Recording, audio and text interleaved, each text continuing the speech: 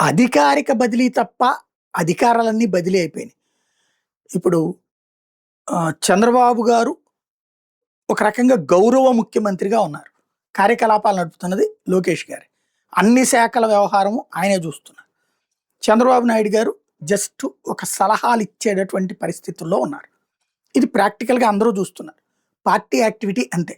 బాబు గారు ఈవెంట్ హెడ్‌గా వచ్చి గౌరవ అతిథిగా చెప్తుంటారు. లోకేష్ మానిటర్ చేస్తుంటారు.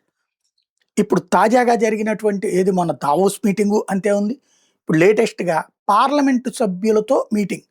పార్లమెంట్ బడ్జెట్ సమావేశాలకు వెళ్ళబోయే ముందు చంద్రబాబు గారు ఒక ఉపన్యాసం ఇచ్చేశారు ఒక 40, 50 నిమిషాల సేపు.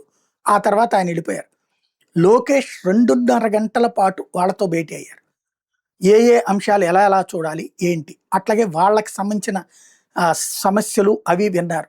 తగిన గౌరవం వాళ్ళకి ఎలా ఇవ్వాలన్నటువంటి పాయింట్. ఎందుకంటే ఎమ్మెల్యేల రాజ్యం నడుస్తుంది. ఎంపీలు కేవలం గౌరవనీయమైన స్థితిలో ఉంటారు. అందుకనే మీరు మమేకం అవ్వండి, పార్టీ కార్యాలయానికి రండి, పార్టీ కార్యాలయం కార్యకలాపాల్లో మీరు పాలు పంచుకోండి అంటూ సూచించుకొచ్చారు.